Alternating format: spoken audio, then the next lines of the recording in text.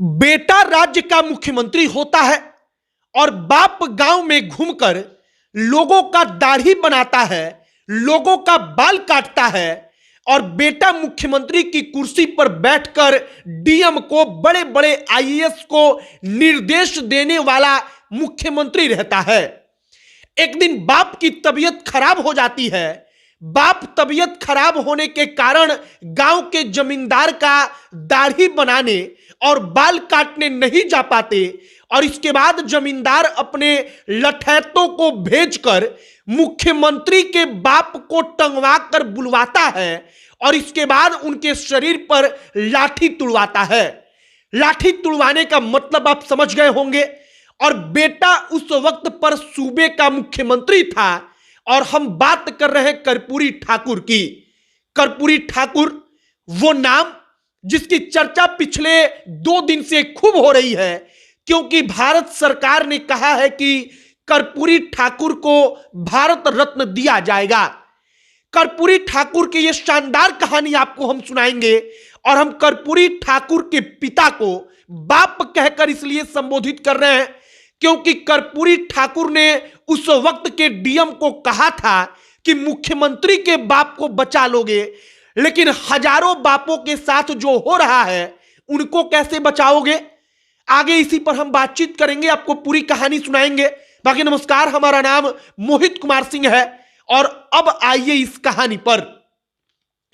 कर्पूरी ठाकुर वो नाम जिसकी अगर एक एक कहानी सुनाई जाए तो शायद वो कहानी कभी खत्म ना हो, जो कहानी आपके दिल को छू जाए। एक यही छोटी सी कहानी आपको हम सुनाते हैं।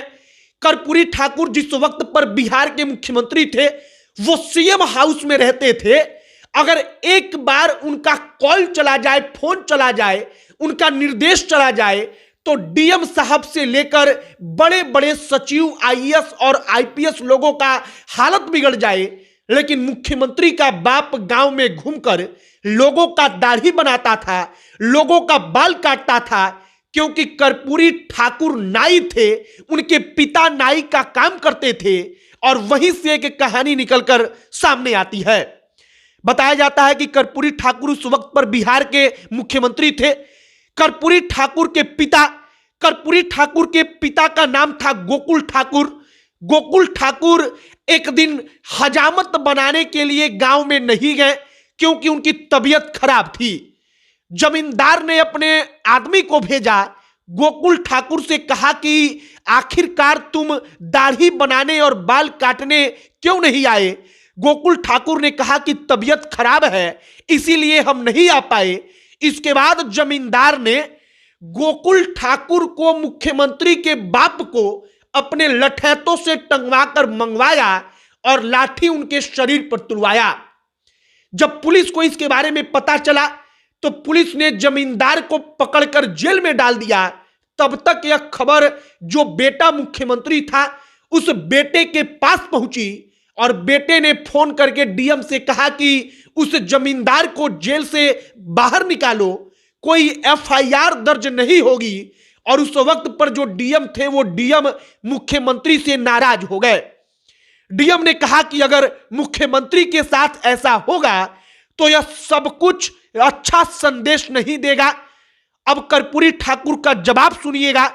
कर्पूरी ठाकुर डीएम को कहते हैं कि मुख्यमंत्री का बाप वहां पर है तो आप मुख्यमंत्री के बाप के लिए लड़ेंगे, लेकिन ना जाने कितने हजार बापों के साथ ऐसा हो रहा है।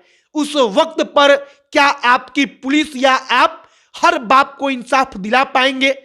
वे आगे कहते हैं कि उन जमींदारों का पुश्तैनी काम है कि वो हम लोगों के साथ ऐसा करते रहे और हम लोगों का पुश्तैनी काम है कि हम यह सब कुछ सुनते रहे।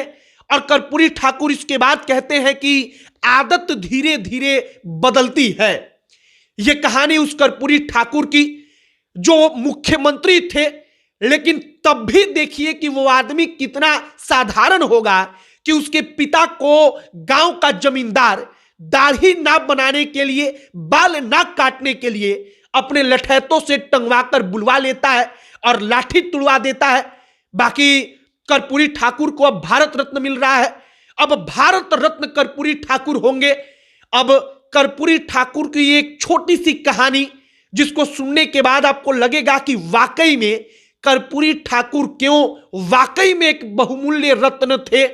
हमने एक कहानी आप तक पहुंचाई है, आपकी इस पर क्या राय है लिखकर बताइएगा। अब अंत में हमारा नाम मोहित कुमार सिंह है। बहुत बहुत धन्यवाद।